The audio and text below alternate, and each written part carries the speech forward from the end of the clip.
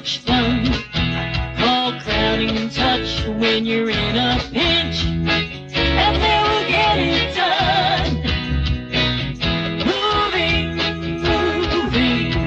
Roanoke seniors know. If you want a quality, full-service move, Crowning Touch is the way to go. You are listening to Fox Radio 910 or 104.3. Welcome to Let's Talk About, our bi-weekly program designed for our senior listeners. We feature a variety of guests and topics. Recently, we explored the Widowed Persons Group, the importance of the Convention of States, and the extensive help provided by Roanoke's St. Francis Service Dogs. This outreach to the Roanoke senior community is sponsored by Crowning Touch Senior Moving Services at 6704 Williamson Road in Roanoke. And my name is Linda Ballantyne, founder and CEO of Crowning Touch. We are the only local moving company that focuses on seniors making a move, and the only moving company that can write you a check. And how do we do that? Well, we can sell what our clients no longer want in either our consignment shop or our auction house. And then we split the proceeds 50-50, and that money helps offset the cost of a move. In fact, our next Browse and Bid auction, slated now for July 10th and 12th, will feature over 1,500 lots. And you can bid online or in-house. So there's no auctioneer in our hybridized auction system, which makes it extremely convenient to browse and place a bid when you feel like it. To register and see pictures of everything being auctioned, check us out at crowningtouchusa.com. And of course, if you need a moving estimate, give Anna a call at 540-982-5800. So now let me introduce my guest for today, Ron Boyd, the CEO of the local Office of Aging. I invited Ron to explore and explain all the many facets of the LOA. So thank you, Ron, for coming to be our guest today. Thanks for having me. Great to be here. Well, I'd like you to share a little bit about yourself, Ron. You've had a real long history with the LOA, and I want to find out quickly what life path did you take that led to your current seat at the local Office of Aging? Well, my early life started in youth work. I was a youth pastor and a minister. So I worked primarily with youth and young adults. Here in Virginia? Here in Virginia. Uh-huh. And then I took a transfer to the West Coast, lived Wow. on the West Coast for a while, doing the same thing and working with youth and young adults, and then got into some government programs and community service programs. Just decided to move myself and my family back to Roanoke. That was a good decision. Ron. Yes, yeah, we love the Roanoke Valley. Wanted to be back in the valley and want to stay here. So I applied at LOA, the local Office on Aging, and got the job. And when I got the job, I thought, well, I don't know anything about seniors, so I'm going to have to do some work. And, I found so many commonalities, and here I am 35 years later. Isn't that something? And now you're a senior, officially a senior yourself. Yes, I am. I just found out that, I actually have been reading and researching your extensive service menu. But I wanted to make our listeners familiar. I understand that you have 45 staff members and a host of volunteers that help make all of this work. Yes, 45 staff, and volunteers, of course, are our lifeblood. I always say that. We have close to 400 volunteers. That's incredible. We'll talk about the distribution through all those various programs. But where is your LOA office? If somebody wanted to walk in and apply to be part of your program or whatever, there are different ways to do that. Where is it? Our local office, or central office, Right. is just off Peters Creek on Frontage Road in Northwest, 4932 Frontage Road Northwest, Okay. here in Roanoke. So that's our main office. We do have regional offices in Daleville and the city of Covington. Okay. And then, of course, we have 9 Meals on Wheels offices all over the planning district, as well as congregate diners clubs. So you serve the 5th District. Run those counties by me again. Okay, the 5th planning district are the counties of Roanoke, Botetourt, Craig, and Allegheny, and the cities of Salem and Covington. All righty, and people in those areas can go ahead and apply through your office. But who qualifies for your service? Let's talk about age of eligibility and some of the other things. Can you talk about that? Well, basically, primarily, we serve 60 and over. We serve seniors. There are some nuances to that. Sometimes family members that are underage can qualify. We do have a few services that we provide that are for 60 and over and 18 Wow. and over with Wow. with a disability.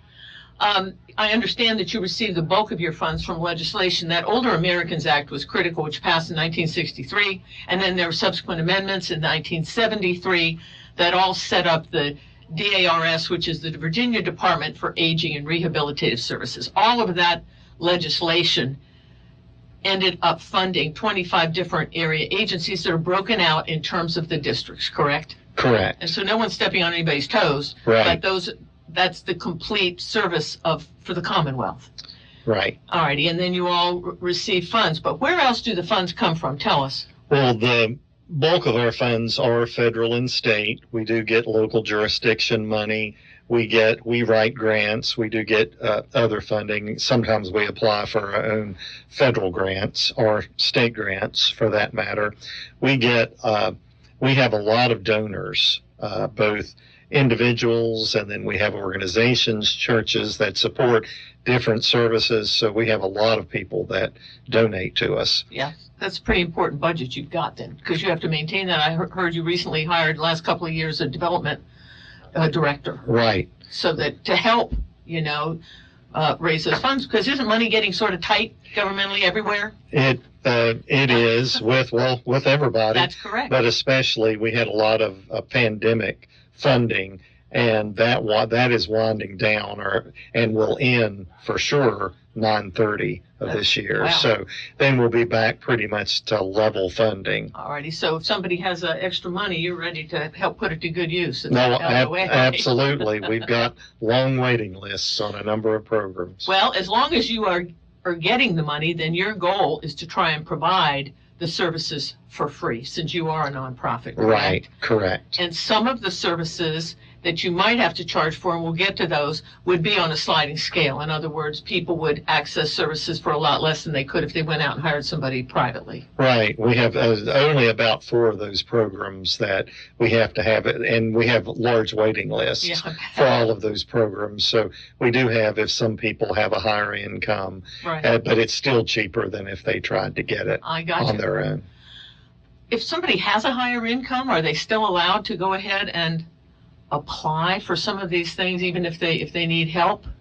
Yes, we have a lot of the services that do not have income eligibility. Okay. Wow. See, I didn't know A that. number of course, information and referral. We Yeah, help. right, We've right. got great information. If we can't provide it, we know who in the community can. Ombudsman. I'm just trying to think of several. Our Right. insurance counseling. And there are many more that are not. Sure. There's no income. I know. So criteria. that's very good. I mean, you're well planted in this community. You really know what's going on. I understand that you do administer more than 30 community services. To enhance the quality of life at home and avoid early institutionalization, your goal part of your mission is to get people to be able to stay at home in some healthful way, Right. and provide some caregiver support as needed. You help subsidize some of that. And then you advocate for quality services if they do have to go to some life care facility, assisted living, whatever else it is. So Yes. you're in the thick of that. So we're going to touch base on as many of these as we've got time for today. But I wanted to start out by talking about food, because I know that is a big deal for seniors, and especially now, and food is so expensive, and you have one of the most popular programs that are so associated with you. When people think of the Local Office on Aging, they're thinking of Meals on Wheels. Yes. So let's talk about that. That is, and volunteers are critical to that. Volunteers are our lifeblood, period, especially in the Meals on Wheels program. There's about 525 people that you serve. Now, are they all on a daily basis? Are they staggered? How do they get meals Monday through Friday? Yeah, they get a noontime meal Monday through Friday. Wow. And there is that program, Pets Eat Too. And I understand that that's in in cahoots, so to speak, with the SPCA. In other words, they're actually providing the food. You all bag it up and deliver it. Well, we provide the bags, Oh, they okay. bag it, bring it to us, and then we distribute it to the respective clients, and the volunteers deliver it once a week with the noon meal. What a great alliance that is. Yes. And the reason that you started doing the food for the pets was what?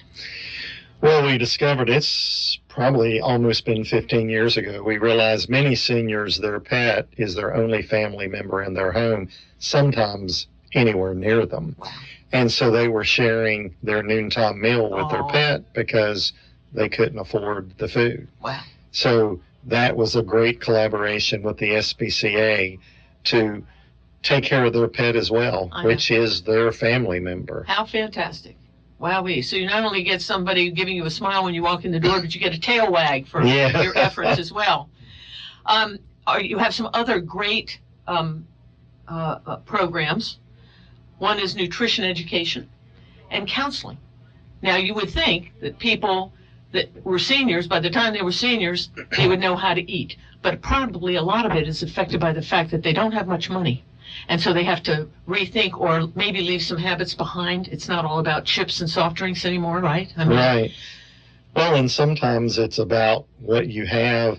And, you know, we all know when you go to the grocery store, things that are not as healthy, They're right it's there in cheaper. front of you. And it's cheaper. That's If right, you that's try right. to eat healthy and That's healthy correct. foods, it's much more expensive. So, and sometimes just the ease, it's just easier to make a sandwich. I remember my right. father, when he was alive, well, you could get the big rolls of bologna. Sure. They were cheap, and every time I would call him, that's what he would have every evening. Yeah, because it was easy. It was easy, and, it was there, and you didn't have to heat anything up. So nutrition counseling tries to, encourage and point people in the right direction.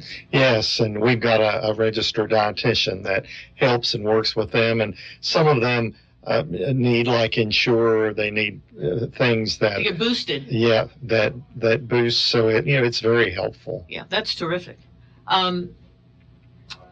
Let's explain. You've got some other great programs related to food. Tell me about the Farm Market Fresh program. I understand it's not too late to enroll. in that No, it's program. not. This is just the second year that we've participated in that program, and it's local farmers markets, farmers that agree to participate. Seniors can get, if they meet the eligibility, they can get $50 worth for fresh produce, fruits at a local farmers market, and all of that information of who's participating are there. You can do it in $5 They get a little increments. voucher 10 book, Right, right? you And get then a- they can go ahead and pay for a head of lettuce or Right. something at one of these farmers markets, which is spread out from Grandin Road and Roanoke and all the way over to Salem and Right. other spots. Or they can, they can spend it all at one time, I the whole gotcha. $50. Wow. We know these days it doesn't take No, much. I won't get too much, but that's really neat. Explain senior food boxes. That's different than the Meals on Wheels. Yes, we do that once a month, and that is a collaboration. You'll hear me say that a lot. Uh-huh. Collaborations, I always say we can do more in the community together than we can apart. That's with Feeding Southwest Virginia. So once a month, those food boxes come, and we have volunteers.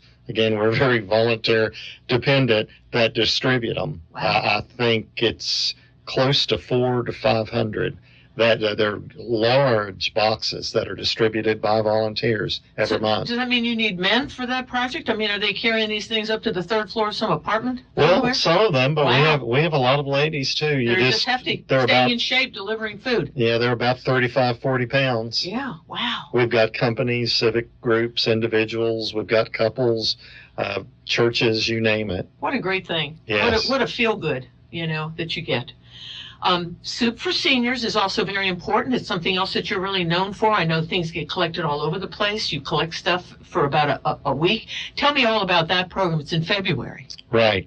Soup for Seniors, if people can always remember, because it really kicks off the week of distribution, Super Bowl Sunday. So it's Okay. always kind of built around that. We have, and it's more than soup. We really promote any canned vegetable, fruit, meat, peanut butter, crackers, instant carnation breakfast, Boost, any of that. We really started that. It's been going, well, soon be 20 years. Wow. It may have already been 20 years. Wow. Because that's the time in the winter. Fuel costs are higher. Seniors are more isolated, homebound. The weather is typically that time of the year the worst that we get. Right. Not as bad as it used to be, but still. So we try to get all of that product in and get it out within that week and a half period. What a spirit lifter that must be, because that's Yes. also a depressing time of year. Yeah. You know, you're done with the holidays. You're waiting for spring. You're sort of bad weather keeps seniors in. Even, cold Yeah. rain keeps them in. And it's dark. It gets Yeah, dark that's early. right. It It's does. dark when you wake up, dark when you, yeah. So that's almost a depression fighter. Yeah. I mean, it's got to help. And it is. It's a very encouraging to them. Their cupboards are lower, so it kind of stocks them up for the remainder part of the winter, so they'll have something to draw from. And again, fuel costs are high, which means you have less money That's at the correct. grocery store. And many of them have a hard time getting to the grocery store. What percentage of these people that you have all these food services for do you think are homebound or that don't drive? It seems like it would be a lot. Are there a lot of them in that situation? Yes. Well, of course, to be on Meals on Wheels, to have that, you have to be. Okay, that's one of the qualifiers. Yes, that is one of the qualifiers. And I know so they are, there are a number of them that have, maybe they can get out or get to the doctor, but they have to depend on someone else. I got And that's Meals on Wheels as well as some of the other people Right. that receive services. Wow. All right, let's talk about some of those other services because they're just extensive. The list goes on. Let's talk about your homemaker program. These are services to support the families of seniors, people that would normally have to go on in and do the cleaning for somebody, and you actually have a service that people can qualify for. This might be one of your sliding scale services that you were talking about. It is. A lot of people do get it for free, but it is one. We have such a waiting list that if you are higher income, you still get it much cheaper than you could get it on your own. Now, do you recommend the people, or are they allowed to go ahead and find their own housekeeper? How does that work? We contract the service. We do all of that work and secure the price. Right. And so we have And the the people are safe. You qualify with the Right. company that's going to come in and be with these people. Right. They come in, and it's all built around trying to keep the senior in their home because we know everybody wants to stay in their choice environment. Sure. 95% of people, want to stay home. You're That's happier. You tend to be healthier. So they come in, a homemaker will come in, do light dusting, help them. They can't even get groceries. Homemaker, if you just remember, is care for the home. Right. Okay, so they might clean out the refrigerator. Right. Clean the bathroom. Mm-hmm. The stuff that's hard Yeah. for seniors to do. Yeah, dust, mop, You those can't type even get of up things. high. You can't even, so that's a neat thing. Now, would they do that once a week? It kind of depends on what the need is. I gotcha. Yeah. Sure. All righty. So you have that. Then you have something called personal care, and that helps with the activities of daily living. In other words, you send in some sort of caregiver for a certain period of time in the day. Is that how you do it? Right. If you remember, just like I said, homemaker is care for the home. Right. Personal care is care to the person. Uh-huh. They can help them with the ADLs, bathing, What's ADL? assisted daily I got living. you. I got you. Yeah. So they can help them do those type of things, help them with toileting, dressing, ambulating. All right. The goal is to keep them active and, of course, to keep them in their own home. So they might have and people that really need it, like you said, it's on a case-by-case basis. And I'm sure then that they might have service from 9 to 12, or they might have service from some of their time in the day. They're late to get up. Some people are, in other words, you're going to go ahead and customize it.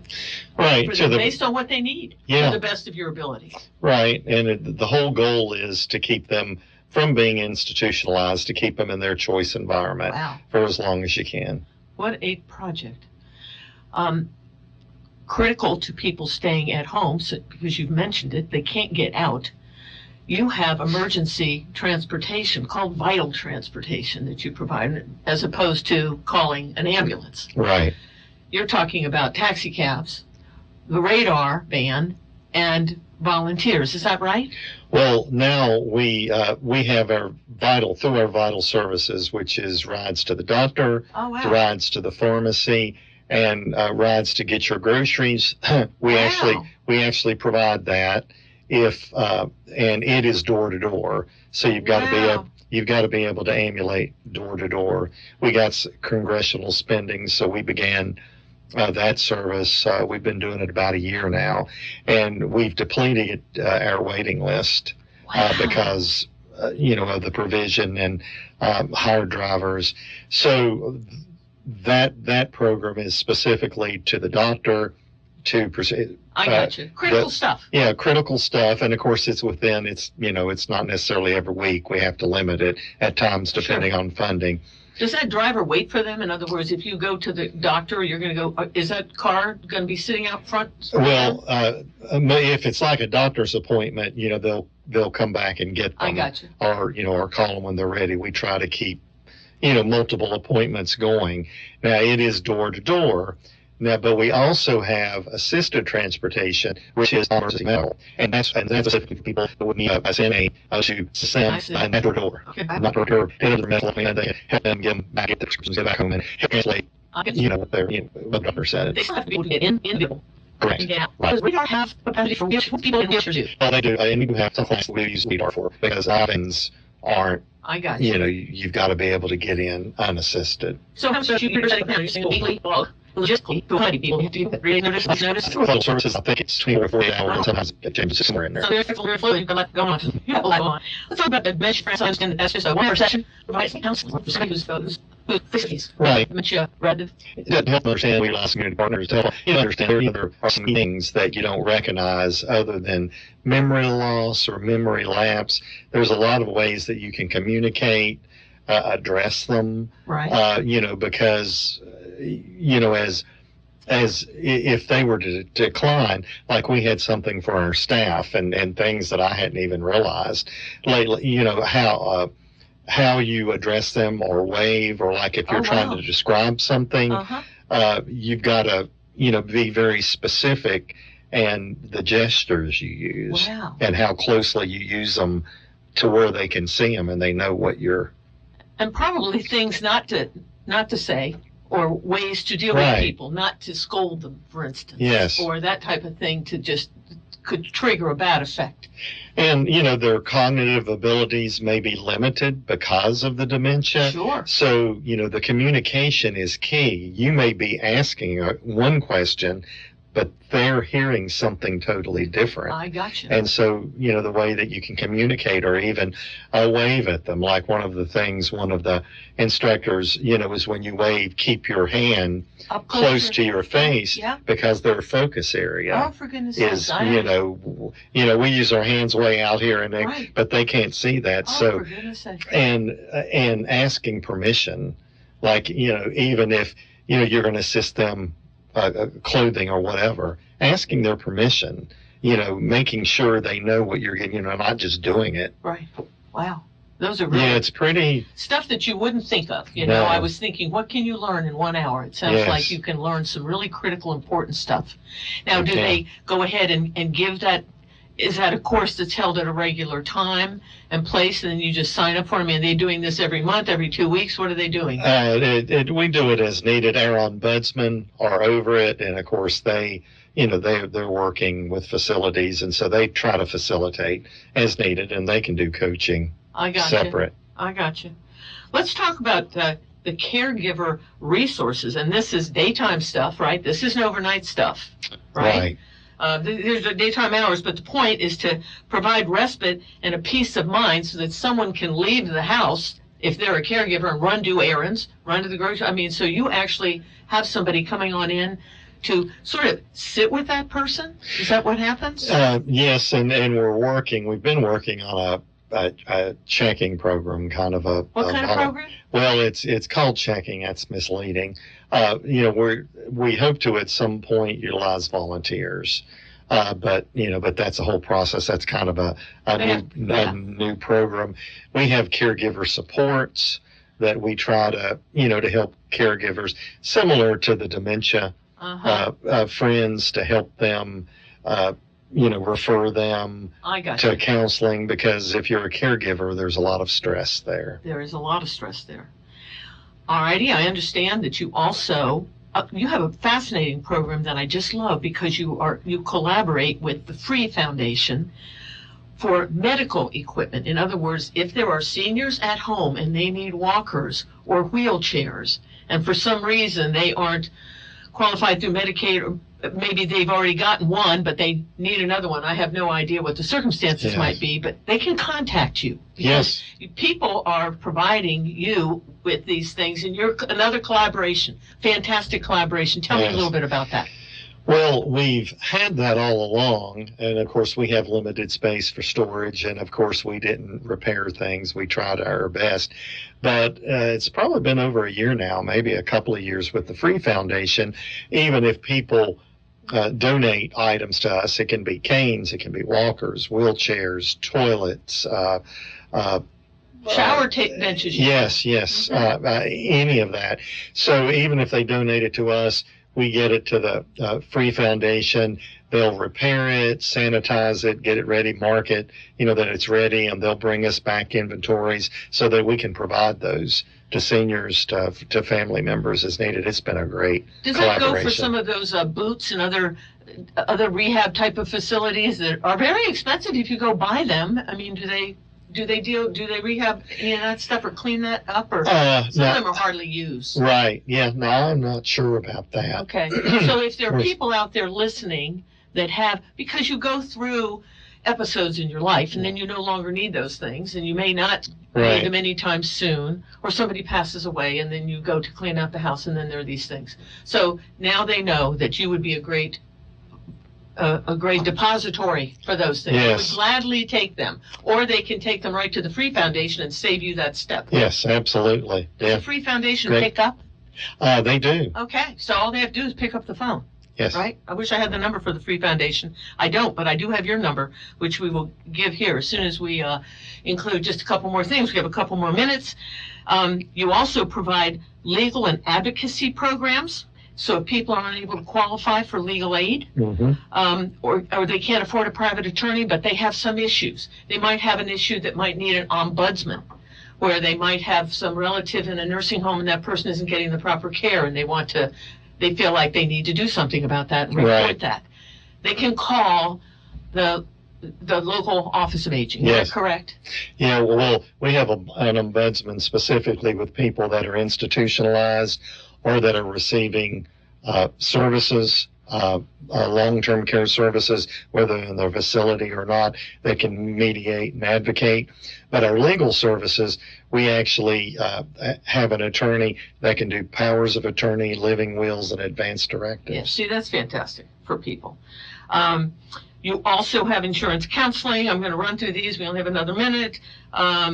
You have care coordinators. You have the congregate meals program. That's a situation for people that are able to get out and then just want to mix, right? What do? They have lunch once a month, once a week, or what? Well, it depends on the club. We have, I believe right now it's 9 throughout the planning district. Uh-huh. But like the one in our Center for Health and Wellness they meet twice a week. And they get a meal, they get socialization, fellowship. They sometimes have speakers, do exercise, do projects, crafts. Make new friends. Yes, yeah, it's a pretty thriving club. But we have 9. Some of them meet once a week, some of them twice a week. It just depends on the Diners Club.